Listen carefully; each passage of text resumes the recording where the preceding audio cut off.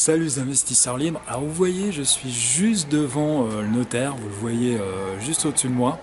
Donc je vais enfin, ça fait 8 mois que j'attends de signer mon compromis de vente pour mon appartement, pour faire de la colocation. Donc ça y est, on y est enfin. Donc j'y vais, je vous raconte ça tout de suite. En attendant, cliquez en bas à droite et abonnez-vous à ma chaîne YouTube. Allez, à tout de suite. Alors voilà, on est quelques heures après la signature de mon acte de vente. Alors là, on se promène, on est derrière chez moi, là, j'habite la campagne, j'habite dans une ferme. Et donc je profite de cette fin du mois d'août pour me balader dehors, surtout qu'aujourd'hui il a fait super chaud. Et donc j'ai pas eu le temps je voulais faire la vidéo à la sortie finalement à la sortie tout simplement du rendez-vous pour la signature de l'acte. Et puis j'ai pas eu le temps parce qu'on est sorti, il était midi, hein, sachant qu'on a commencé à 10 h. Et donc je vais vous raconter tout ça. Et d'ailleurs ça s'est passé mieux que je ne pensais. Alors non pas que je redoutais en fait ce qui allait se passer, vu ce qui s'est passé précédemment entre la signature du compromis et puis aujourd'hui. Mais je fais toute confiance à mon notaire hein, qui a cadré les choses. Mais je me demandais quelle surprise il pourrait émaner. Il y en a eu quelques-unes et plutôt finalement des bonnes surprises. J'ai signé en fait le 18 décembre dernier en fait un compromis de vente sur un appartement au Mans dans une résidence toute classique, bien placée, pas loin de l'hôpital, pas loin de l'université. Donc parfait pour faire de la coloc. Et donc je savais en signant que la personne, le vendeur, était sous curatelle, donc c'est toujours un petit peu compliqué. Je m'attendais à des péripéties, mais je ne pensais pas que j'allais signer en fait l'acte 8 mois après, en fait plus de 8 mois, hein, parce que j'ai signé à peu près mi-décembre, et là on est vraiment fin août.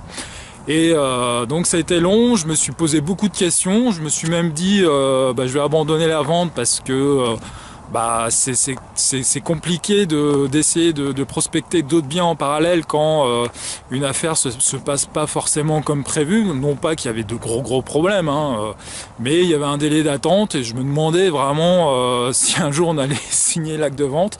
D'ailleurs tout le monde, le notaire, l'agent immobilier, se demandait vraiment quand est-ce qu'on allait pouvoir solder en fait cette vente.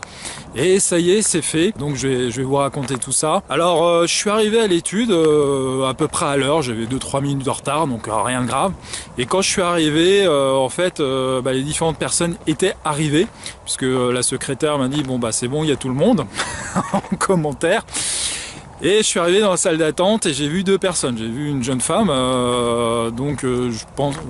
je pensais au départ que c'était en fait la collaboratrice ou la notaire, en tout cas une personne qui représentait le notaire vu son style vestimentaire. Et un monsieur qui avait l'air un peu bizarre, mais voilà, sans plus. Et je pensais que c'était le mandataire judiciaire qui s'occupait de la curatelle du vendeur. Et donc, l'atmosphère était un peu tendue, un peu froid, vu l'historique et l'attente durant de longs mois.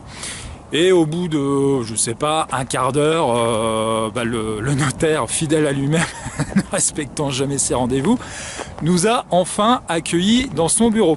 Alors c'est pas mon notaire désigné, puisqu'ils sont plusieurs dans l'étude, c'est un confrère, puisque ma notaire, qui est une femme, est en vacances. Mais je connaissais ce notaire pour avoir déjà consulté, l'avoir sollicité pour des conseils. Je sais qu'il est compétent, donc il n'y avait pas de problème. Mais il connaissait pas du tout le dossier.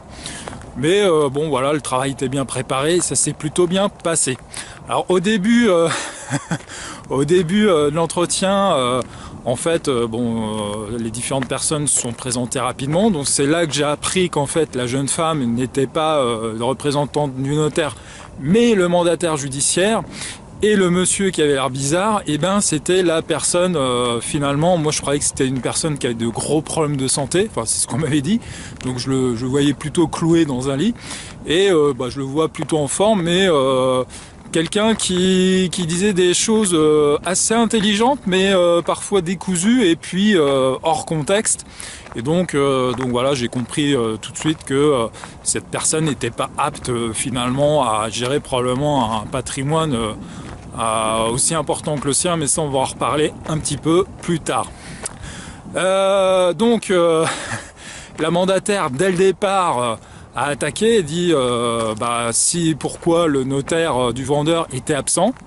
Finalement il n'y avait personne qui le représentait, donc mon notaire a dit que le notaire avait prévenu l'étude la veille après-midi pour finalement s'excuser qu'il ne viendrait pas. Donc c'est un peu bizarre parce que finalement c'est lui qui bloque depuis le départ, et puis c'est vraiment très curieux. Et donc je savais pas si c'était finalement le curateur, le mandataire judiciaire qui finalement faisait retarder la vente, ou le notaire. Manifestement c'était le notaire, et j'en ai eu la réponse puisque au cours de l'entretien on a parlé plusieurs fois, il y a eu diverses informations. Ce que j'ai compris, c'est que c'était le notaire, l'ancien notaire, le notaire actuel a essayé de mettre le grappin sur le patrimoine de ce monsieur qui a hérité de son père, et qui avait placé cette personne-là avec un mandataire, un curateur en tout cas, qui était peu scrupuleux. Et donc apparemment ils ont perdu 400 000 euros. Alors je n'ai pas les tenants et les aboutissants. Et donc le juge des tutelles, au bout d'un moment, a procédé à un changement de mandataire pour représenter cette personne, pour représenter le vendeur. Et donc le notaire, quand il a été finalement un peu évincé de cette affaire, depuis il fait tout pour embêter le vendeur, qui n'a pas souhaité, par peur ou on sait très bien que les personnes ont peur de changer de notaire, de banquier, ou même c'est des professions un peu encore qui ont une image notable auprès des personnes qui, on va dire, de l'ancienne génération. Et donc changer de notaire, c'est quelque chose, ils n'ont pas l'habitude, ça leur fait peur, surtout quand c'est le notaire de famille qui s'occupait finalement des affaires familiales pendant de nombreuses années. Donc l'ambiance au début, elle était un peu froide, mais finalement, moi je me suis un peu détendu parce que j'ai vu que finalement c'était le notaire du vendeur et non le mandataire judiciaire qui avait un peu bloqué la vente jusqu'ici. Donc moi je n'avais plus de raison d'être entre guillemets de mauvaise humeur. Et donc peu à peu l'ambiance s'est détendue. Information importante, donc le vendeur a reçu de son père apparemment un patrimoine immobilier assez important, parce qu'ils sont à la fin des ventes. Et plusieurs fois ils ont dit dans l'entretien qu'il fallait qu'ils fassent le point de la fin des ventes, parce qu'il y avait encore 6 ou 7 biens à vendre. Ils étaient même pas certains du nombre de biens immobiliers à vendre. Donc je sais pas quelle était la taille de ce patrimoine, mais je pense que c'était quand même assez important. C'est une succession, et donc ça fait quand même 5 ans que cette succession est en marche. Et donc c'est quand même une succession difficile. Apparemment il y a encore beaucoup de droits de succession à payer, mais ils sont obligés finalement de vendre pour payer les droits de succession. Donc ça c'est une information importante, parce que finalement il y a encore des biens à vendre, il y a des droits à payer qui sont importants, et donc finalement je pense que le vendeur est dans l'obligation, et donc peut-être un peu sous pression pour pouvoir faire face à ces échéances. Autre information que j'ai récoltée pendant la présentation de l'acte, c'est à un moment le notaire a dit attention au diagnostic, puisque ça fait plusieurs années que les biens sont en vente, c'est qu'ils ont fait tous les diagnostics au début, c'est que la fin de validité des 3 ans des diagnostics arrive, et donc il va falloir qu'ils renouvellent les diagnostics sur les biens restants, si jamais ils veulent solder, s'ils veulent finalement vendre le reste des appartements. Donc ça c'est encore des informations très intéressantes pour la suite, vous commencez à comprendre pourquoi. Et donc finalement c'est toujours intéressant les signatures d'actes, parce qu'on apprend en fait à mettre un visage sur le vendeur, il y a toujours des histoires derrière. Et des fois, ça peut, comme aujourd'hui, créer des opportunités. Mais ça, on va en reparler à la fin de cette vidéo. Pendant toute la présentation de l'acte, finalement, le vendeur, parfois, On voyait très bien pourquoi il était placé sous curatelle, parce qu'il faisait des commentaires qui avaient du sens, mais qui étaient hors contexte. Il était apparemment fan d'horoscope et d'électronique. Il a même posé des questions immobilières. Je sais plus ce qu'il a posé comme question, mais il a posé une question et à cette occasion-là, j'ai appris un truc. Donc, comme quoi, cette personne-là n'est pas dénuée de tout sens. Donc voilà, donc ça s'est plutôt bien passé. Finalement, après, ça s'est détendu. Et puis on est passé à la signature de l'acte, hein, de manière électronique, comme ça se fait souvent maintenant dans les études. Hein, c'est beaucoup plus rapide que de tout paraffer pendant de longues minutes. Et donc voilà, on a signé en chacun, donc le curateur, le vendeur, et puis moi-même l'acheteur. Et donc on a fait les comptes. Alors ça, c'était juste avant la signature. Et la bonne surprise, c'est que alors il y a tout un calcul avec des charges, des fonds de travaux, je sais plus quoi.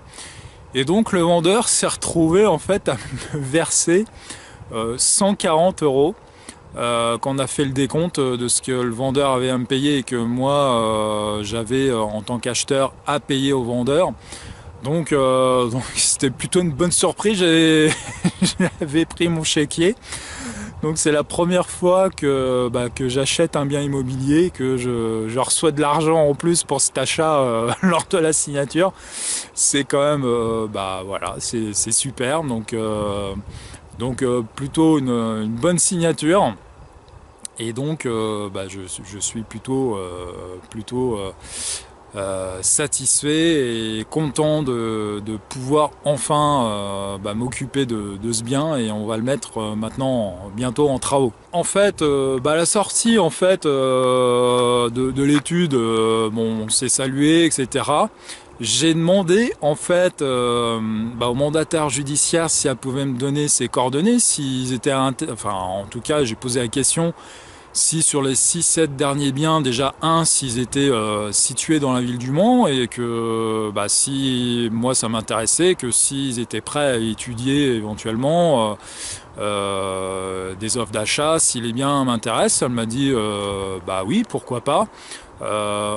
Mais apparemment, bon, elle a beaucoup de travail. Il faut qu'ils fassent le point sur sur le nombre déjà de biens immobiliers qu'il leur reste à vendre. Alors, moi, je trouve ça un peu hallucinant, quoi, parce que de pas savoir combien on a de biens immobiliers à vendre.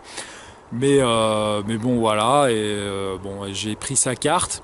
Je manquerai pas de la rappeler dans quelques jours ou une ou 2 semaines. Histoire de reprendre contact, et puis on va voir. Alors ça sera évidemment une vente probablement aussi compliquée que celle-ci, hein, mais bon, maintenant je connais la musique. Ceci dit, le prix était quand même intéressant. D'ailleurs, le vendeur a calculé pendant la présentation de l'acte le prix au mètre carré.